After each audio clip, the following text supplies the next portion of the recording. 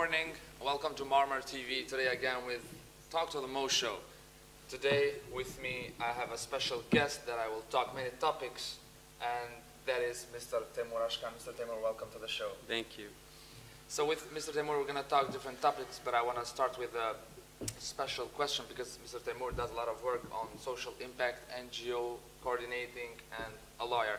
Mr. Temur, what do you want to tell us? What exactly is the social impact concept for you?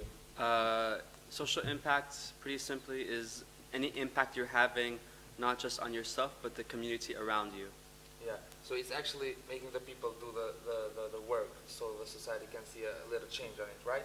Yeah, I mean, by definition, social impact should be a positive impact or positive effect on society in a short-term and long-term basis. Yeah, that's great. Mr. Temur, we know that you coordinate an NGO called Istanbul and I. What did you tell us about the journey of Istanbul and I? How did it come to exist? It was launched a year and a half ago as a storytelling platform with young people leading the project.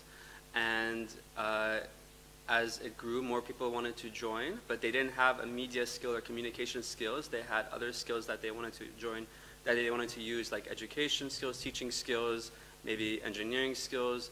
And we thought, why don't we create a community of people who just want to be involved in social impact work, but don't necessarily have one set of skill that you need for a specific type of project. So it became very open. Yeah. As I know, Istanbul and I works on voluntarily based work, right? How many volunteers does Istanbul and I count? So we have a lot of volunteers overseas, but most of the volunteers are here. I think there's about 360 volunteers. That's about 200 of them or so are in Istanbul currently. Wow, that's beautiful, that's beautiful. And I guess these people are not only Turks or like from a specific group. I guess they're like from many groups, many nations. How do like these people work? How do they coordinate? Sure. Because it's a big number, you know. Yeah, it is. So everything we do is volunteer-based and youth-based and youth-led. So the volunteers actually lead their own projects. So they will come up to be a manager of a project, and they will organize that volunteer activity, or that volunteer program for a certain set of time with their team. So we really do encourage young people to, their students or they're working, to lead their own volunteer programs. Yeah. So we know that Istanbul and I has become an NGO, an official NGO these days. And can you tell us, like, how does it feel? And what do you have to go through to become an official NGO? Like, how is it in Turkey? Speaking as a foreigner who made an an NGO expert, in you know? Turkey, Yeah, it's a bit strange for me to talk about it, but I did learn a lot about the process. It's actually not as difficult as you think.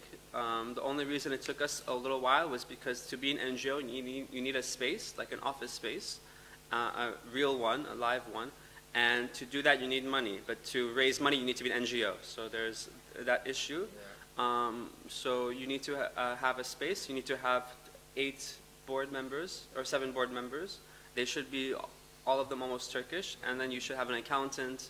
You should have a charter, and then you submit it. And yeah, the association office, they're pretty good and they're pretty efficient, so they get your work done quickly. Yeah. So I guess you did this all, and I think everything worked, and it all became good. That's great. Now we're gonna watch a video that our students actually prepared before we pass to talk about refugees in general. Let's watch the video and let's continue with our conversation.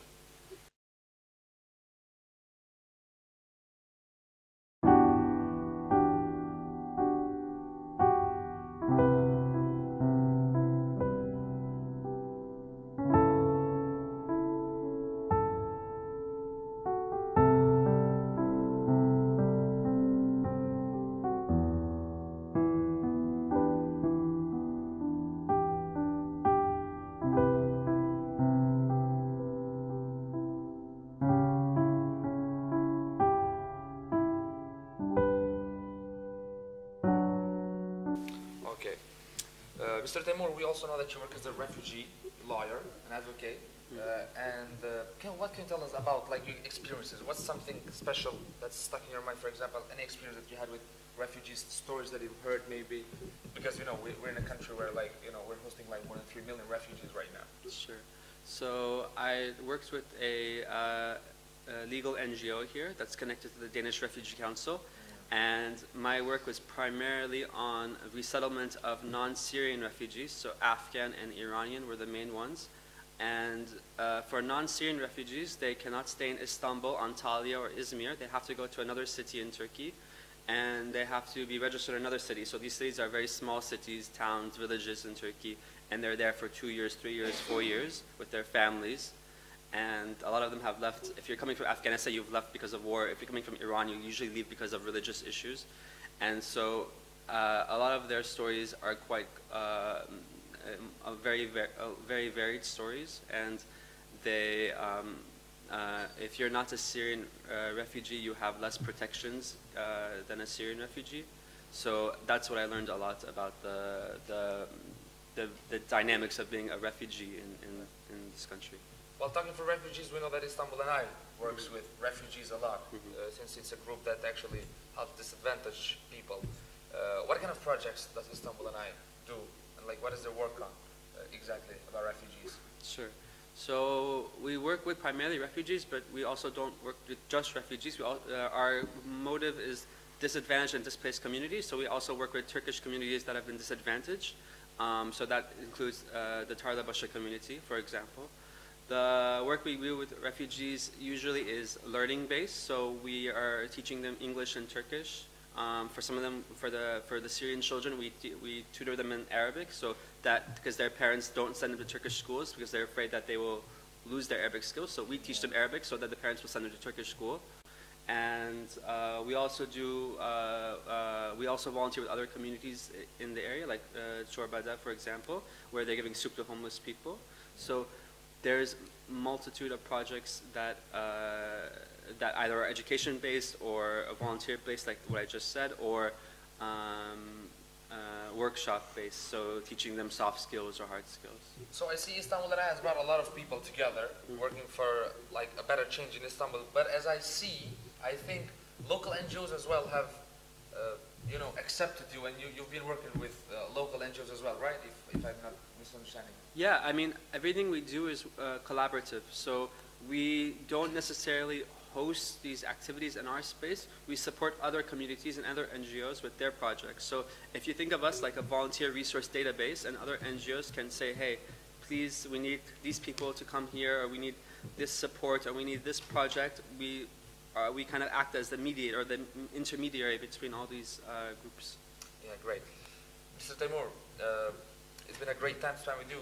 What can you say to our listeners, to our spectators? What would be your message? How these people can help you, since we're living in a big city, and I'm sure everyone has a bit of free time, and everyone would love to do something.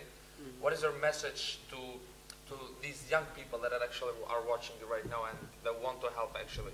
Sure. It's a great way to connect with people on a deeper level. Volunteering has really brought a lot of people together. It brought a lot of friendships and relationships close, because you don't need a paperwork, you don't need a license to do it. It's very easy to do, and most of our community members are students, full-time students or full-time workers, even PhD students, so on. It's very flexible and easy, so all you need really is just putting the time into it, and there's a lot of reward to be gained from doing it. Thank you very much, Mr. Timur. That was it. Dear spectators, I hope to see you again next week. Don't forget to follow us on Marmara TV, on YouTube, Facebook, and Twitter. And don't forget to follow Mr. Timur's startup NGO, Istanbul and I, both on Facebook, Twitter, and Instagram. And see you next week. Thank you very much, and see you on the Talk to the Mo show.